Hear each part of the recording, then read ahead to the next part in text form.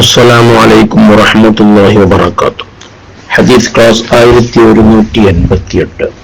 ബഹുമാനപ്പെട്ട ഇമാം മുസ്ലിം റളിയല്ലാഹു അൻഹു റിപ്പോർട്ട് ചെയ്യുന്ന ഹദീസ് അൻ സഅദ് ബിൻ അബി വഖാസ് റളിയല്ലാഹു അൻഹു قال സഅദ് ബിൻ അബി വഖാസ് റളിയല്ലാഹു അൻഹു അവിടുന്ന് പറഞ്ഞു കുന്ന ഇൻദ റസൂലില്ലാഹി സ്വല്ലല്ലാഹു അലൈഹി വസല്ലം ഫഖാല ഞങ്ങൾ ഹബീബ് സല്ലല്ലാഹു അലൈഹി വസല്ലമ തങ്ങളുടെ അടുത്തായിരിക്കെ അവിടുന്ന് ചോദിച്ചു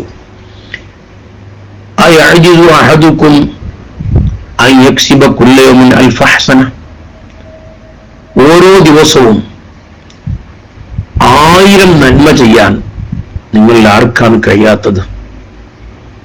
1000 നന്മ ദിവസവും ചെയ്യാൻ ആർക്കാണ് കഴിയാത്തത്? ഫസഅലഹു സായിലുൻ മിൻ ജുലസാഇഹി, അസദസ്സിലുള്ള കൂട്ടത്തിൽപ്പെട്ട ഒരാൾ ചോദിച്ചു കൈഫ യക്സിബു അഹദുനാ അൽഫ ഹസന, എങ്ങനെയാണ്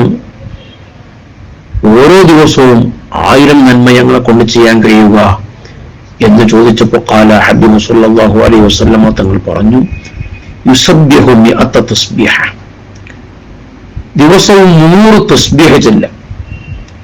100 തസ്ബീഹ് ചൊല്ലിയാൽ ഫയുക്തബു ലഹു അൽഫു ഹസന, അവന് 1000 നന്മ എഴുതപ്പെടും. 100 തസ്ബീഹ് ഒരാൾ ചൊല്ലിയാൽ അവൻ 1000 നന്മ ചെയ്ത പ്രതിഫലാണ്. ഏറ്റവും ചുരുങ്ങിയത് റമദാനിലാവുമ്പോൾ അത് വളരെ കൂടും. അപ്പൊ 1000 നന്മ എഴുതപ്പെടുകയും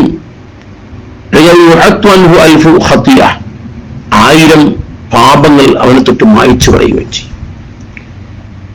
അപ്പൊ തസ്ബീഹ് അത് മനസ്സിന് വലിയ സമാധാനം നൽകുന്ന കാര്യമാണ്. തസ്ബീഹ് ചൊല്ലിയാൽ ഒരുപാട് പ്രയാസങ്ങളിൽ നിന്ന് രക്ഷപ്പെടാൻ കഴിയും. ഒരുപാട് ടെൻഷൻ മാറിക്കിട്ടും. എല്ലാ പ്രശ്നങ്ങൾക്കും പരിഹാരമാണ്. മാത്രമല്ല മീസാൻ എന്ന തുറാസിൽ ഖനം കൂട്ടുന്നതാണ്. നാവിന്റെ മേൽ വളരെ സിമ്പിളാണ്, എന്നാൽ മീസാൻ വലിയ ഖനം കൂട്ടുന്നതാണ് തസ്ബീഹ്.